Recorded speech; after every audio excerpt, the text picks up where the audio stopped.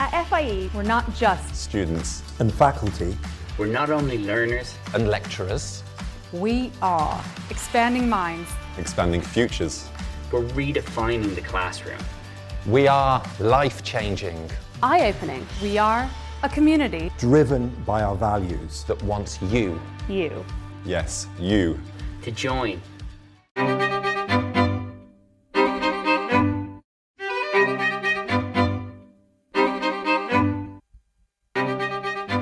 Hello and welcome to In the Field, a podcast from FIE, where we will be exploring all things study abroad. I'm Dr. Heidi James-Dunbar, writer in residence and faculty, and I will be your host.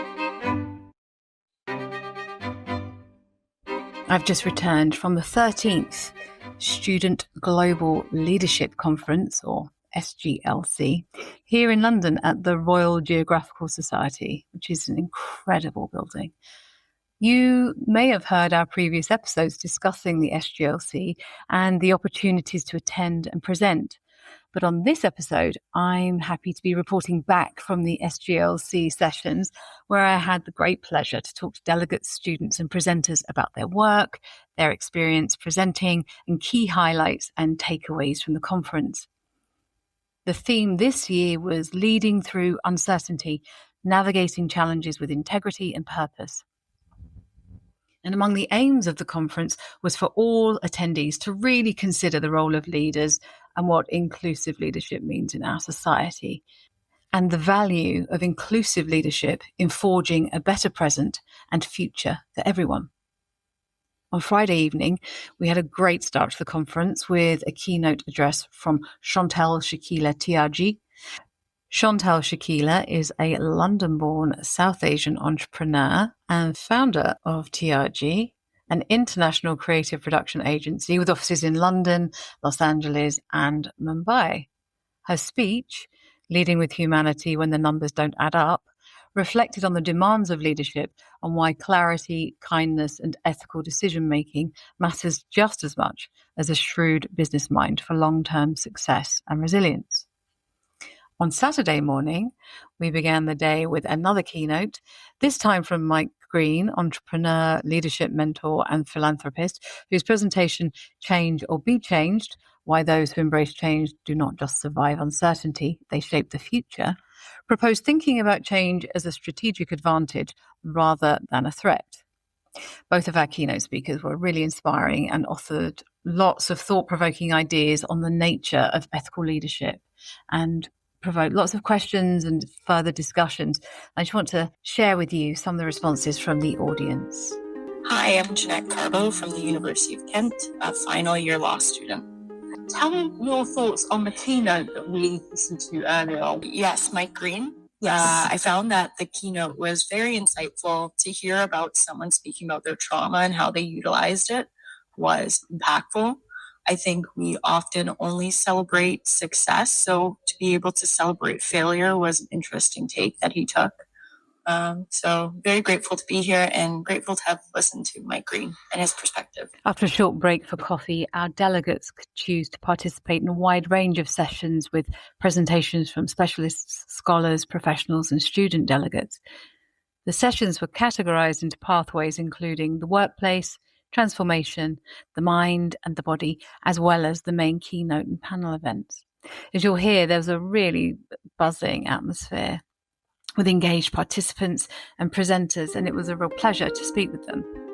I'm here with Josh and Charles. Do you want to introduce yourselves, tell me about your presentation, and then we'll dig into a little bit more about it, because it was so inspiring. Oh, thank you. I'm Joshua Coleman. I'm from Christopher Newport University in Virginia, the United States. I'm studying mathematics.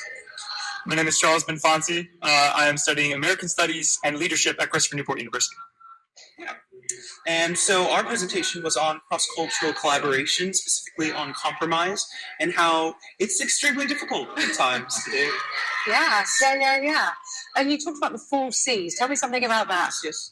Yeah, so the 4 C's is sort of like a synthesis of different leadership concepts into one framework. So it's supposed to be highly adaptable, and you can use it in multiple different contexts to sort of help each side on each end of a conflict find the common ground, things that they have in common, and the common goals that they both have. So relationships, really. Yes. So building the relationship is the foundation upon which compromise can be built.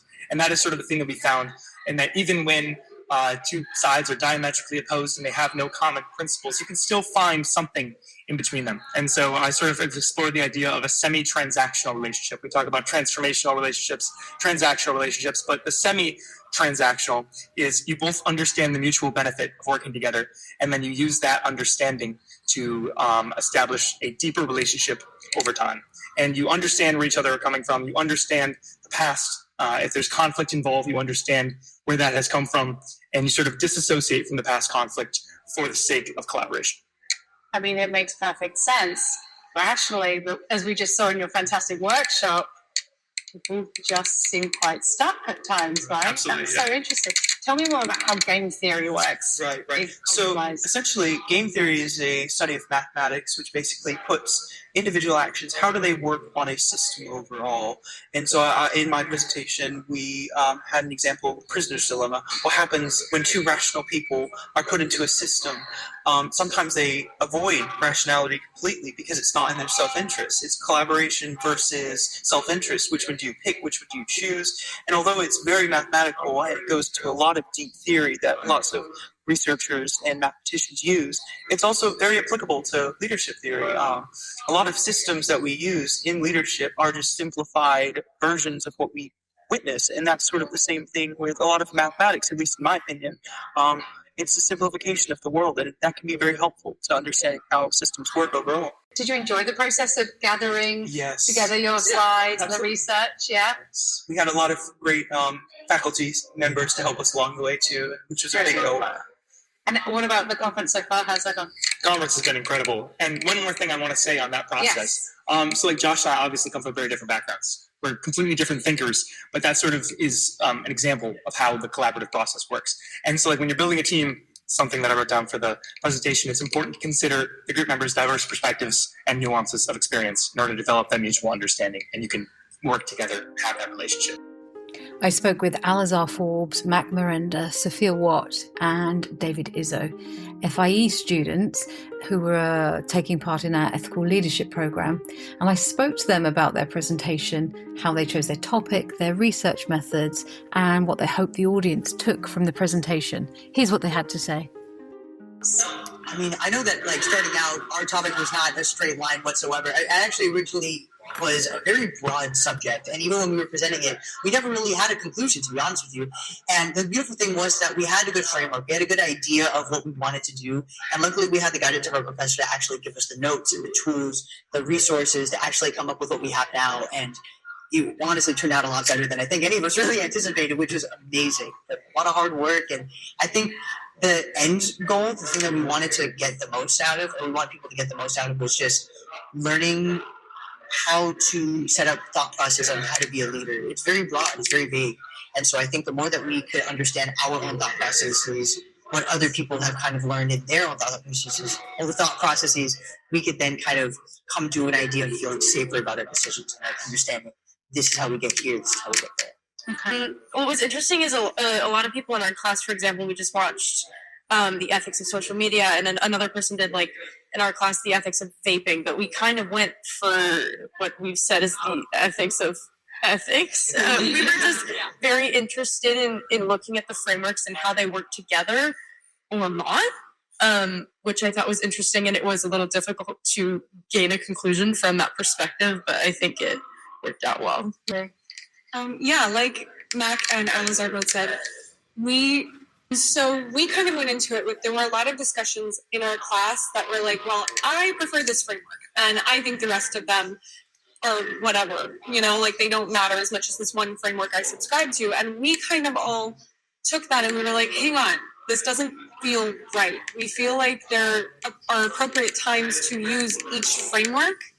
And so we wanted to embody that somehow, but unfortunately the way we started with it was much too broad. And so we gave that presentation in class, we walked away, we were like, well, that didn't feel quite right either. And so I guess my point is, what I really wanted people to take away from this, and what we eventually got to, was that there is no one right way to lead, and that's why we looked at the different generations. And you really do have to use all of the frameworks. And you're never going to know if the decision you're making is right. But as long as you feel like you're open to all of the possibilities, you're considering all of the perspectives, you're taking everything into account before you make a decision, you'll feel like as a leader you were behaving. Yeah, and what really excited me about our topic was the fact that we were trying to take a more unifying approach. Especially now, I think everything is so divisive. It's in the name of our time of our presentation. And especially as students from the United States, I think we're particularly feeling that divisiveness very intensely. So what really excited me about this was the fact that we were taking a more unifying approach. Because like Sophia said, there were a lot of conversations we had in class where people were debating the tenets and pitfalls of the various frameworks we went over. And I think we all started coming to the same conclusion that, like, well, just because one has some good bits and some bad bits doesn't mean you got to take it all, right? As a leader, we're empowered to take the best from each. Actually, that's what we should do. And I think what I would really want people to take away from this on my end is the idea that, like I mentioned in the presentation, it's no secret that many leaders aren't exactly acting the most ethically. The question then becomes, well, why? And I hope that the people in that room take away that they can be better. They can be more ethical when they reach those leadership positions, and we can do what previous generations may have not by creating a model that works for us and not limiting ourselves to succumb to the pitfalls of any one issue. I wish we had more time to share my conversations with all of the presenters as they were so good. But let's move on, as there's a lot of great work for us to celebrate here on the podcast. We then all went through to the main theatre for the panel discussion examining the pillars of leadership in our uncertain world, moderated by Fiona Gibbs with speakers Dr. David Jones-Marshall, Muhammad Ali Amla, Renee Hernandez and Ruth Hughes, which explored the conference theme considering the characteristics of effective leadership in our ever more complex and unstable world and what this leadership might look like in practice. Now, this led to some really interesting questions from the audience and the discussions carried on over our lunch. For me, one of the great pleasures of the SGLC is seeing so many people making meaningful connections over these lunches and the breaks, having all of these discussions and then coming together to learn from one another. Our afternoon continued with more presentations, including my personal favourite, which is the poster sessions. I really connect with this. You can take your time engaging with the information, asking questions, and it feels in a way quite accessible, both for the presenter and for the audience. It gives you time to process and focus. So I want to share some of my conversations with those poster presenters with you. So my name is Danny Struble. I'm from New Jersey. I'm here with the College of New Jersey. And so this poster, we focused on the United Nations Sustainable Development Goals. Right. And so we had to come up with an issue that we see in the world that kind of applies to two different targets out of these Sustainable Development Goals. So we talked about climate crisis and inequality. So we focused on an issue which is called climate migration. So people who face loss of their homes because of different things such as flooding. So we talked about places that have good leadership and action, such as Sweden, and places that don't have as much good leadership in fixing these issues, like Pakistan does. And we just talk about some different ways that this could be resolved, as well as like different ways that we see this like faced. Yeah.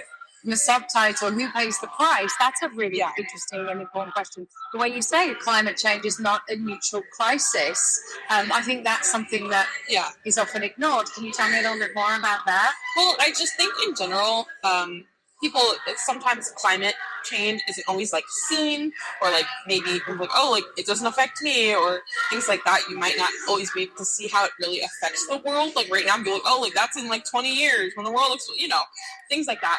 But we see it really in practice here, or in place here, where people are having extreme natural disasters, and it's causing them to have nowhere to go, and no safe space.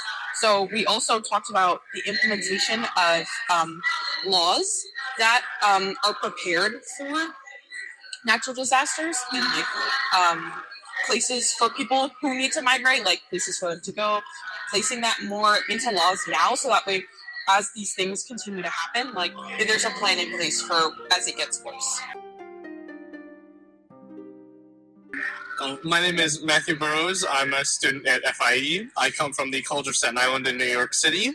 And our poster today is based on the Association of Zoos and Aquariums, and it debates the ethical dilemma of, are they truly animal cruelty, or can they truly be used for educational purposes?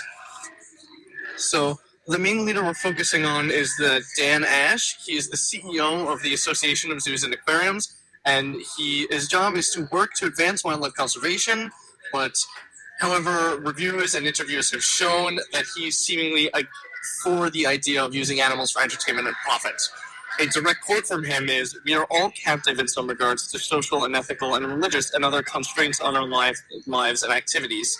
And that was one of his questions about keeping animals contained, so it doesn't seem like he's very pro rehabilitation and keeping animals healthy and safe. Okay. How have you found the conference so far? Oh, it's absolutely amazing so far. I mean, I love hearing all these different, even the keynote speeches, all of them have been amazing. Even the individual breakout sessions when we were going to different rooms to see presentations from other students, also amazing. I'm looking forward to more of them. I think there's one right after this session, and then there'll be a third one, I think, later. But not 100% sure about that, but I'm loving it so far. It's a great place to do it as well. The Royal Geographical Society is a very beautiful building, so I quite like it. Thank you, Matthew. Thank you. For talking to me. Of course. So I'm here with John and Leah, who are from the College of New Jersey, Yes. and they are presenting a poster on the price of hunger in an uncertain world, Yes. which sounds amazing. Tell me more about your poster, your topic, how you did the research. Okay, yeah, so basically, I'm going to focus on the price of hunger in an uncertain world. Basically, where does climate sort of interconnect with each other, focus on this problem of where can we sort of create this balance of the price of food, is it fair for the people, or also for companies to also grow. We've had issues in the past with obviously COVID, food price. Could go a little more into the cases, he did more of the research, but our main goal here is just basically that the global food network is efficient, but there's definitely this fragile environment and structure to it. We're focusing on SDG 2, which is zero hunger. Basically, that the price stability does affect how people do have access to food, and we also just want to make it clear that it isn't just one problem we're dealing with. It is interconnected with other things, like climate action.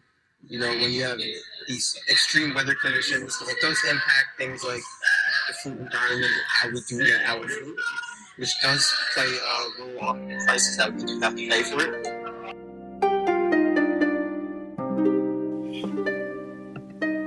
Even from just these short snippets of my discussions with the presenters, I'm sure you can see and hear how impressive the depth of research was right across the board from all the presenters and posters. The day ended with a story circle where small groups of delegates came together to share their stories and to listen to each other, taking time to reflect and comment. And it really was a perfect way to bring the conference to a close. After such a successful and fulfilling day, I wanted to speak to a member of the team who worked really hard to bring all of this, the speakers, the area, the food, all of those logistics, how they bring them together and all that work that goes on behind the scenes. So I spoke to Victor Mellers, one of my colleagues and the Assistant Director of the SGLC, to find out more. What's the process of bringing all these people together in such a wonderful, productive way? Yeah, I think really we've got it down. We've been doing it now for about 13 years, right? And it's we've had a few goes at it, and really it's a massive team. It's a massive team ahead. So we've got a committee that we get together once a month or so. over the year preceding the event. It really does, it takes the whole year, so we sort of spread the whole thing out over that time. We've got deadlines to meet, etc. Kind of what the speakers have been saying, this, what Chantal was saying last night, in fact, our first keynote, that the first measure of leadership was to sort of strategize and to plan, basically. So it's really like an immense piece of planning. I won't lie to you. But, and then it's about teamwork, really. So I think it's lovely because there's no one person that takes a leading role in the SGLC. It really is, it's sort of a great sort of egalitarian team that come together. And Anna leads it. And I support her in that. But yeah, everyone just does a really cracking job in their own department, and then that comes together. Yeah, because there's a lot of moving parts. Yeah. And I mean, it's been such a lovely buzz, and there always is. But I wonder if you could sort of speak a little bit about what you really hope, having brought all this together with your team, that the delegates take away. At the end of these 2 days, what do you hope they take away from this experience? For me, personally, I mean, there's been so many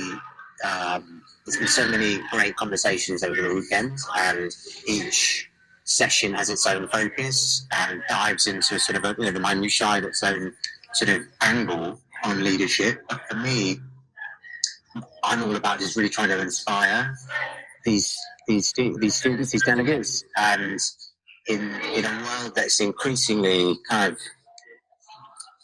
of negative, really. So much negative news, and you can spiral with that. I think for me, it's really about giving that, and I felt it in the first two keynotes in particular, the two keynotes. I felt a real surge of sort of inspiration and immediacy, and there's this sort of like feeling of wanting to start tomorrow, or later today. And that's the key takeaway for us. It's to inspire, but then also to really instigate change happening tomorrow. So it's about them taking whatever they're learning back to their communities and keeping it going. Not just saying, oh, we had a great weekend, and 10 years later they look back at it and think, that was brilliant, but starting something, getting them to realise that they can all lead, and doing that now.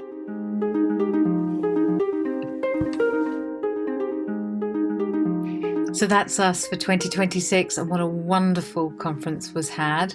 Thinking of joining us next year? For information on the SGLC 2027 and to learn more about our faculty courses and programmes, visit our website www.fie.org.uk. And if you've enjoyed this episode, check out our others wherever you listen to your podcasts. Thank you for listening. FIE provides life-changing study abroad experiences in the UK, Ireland and Spain.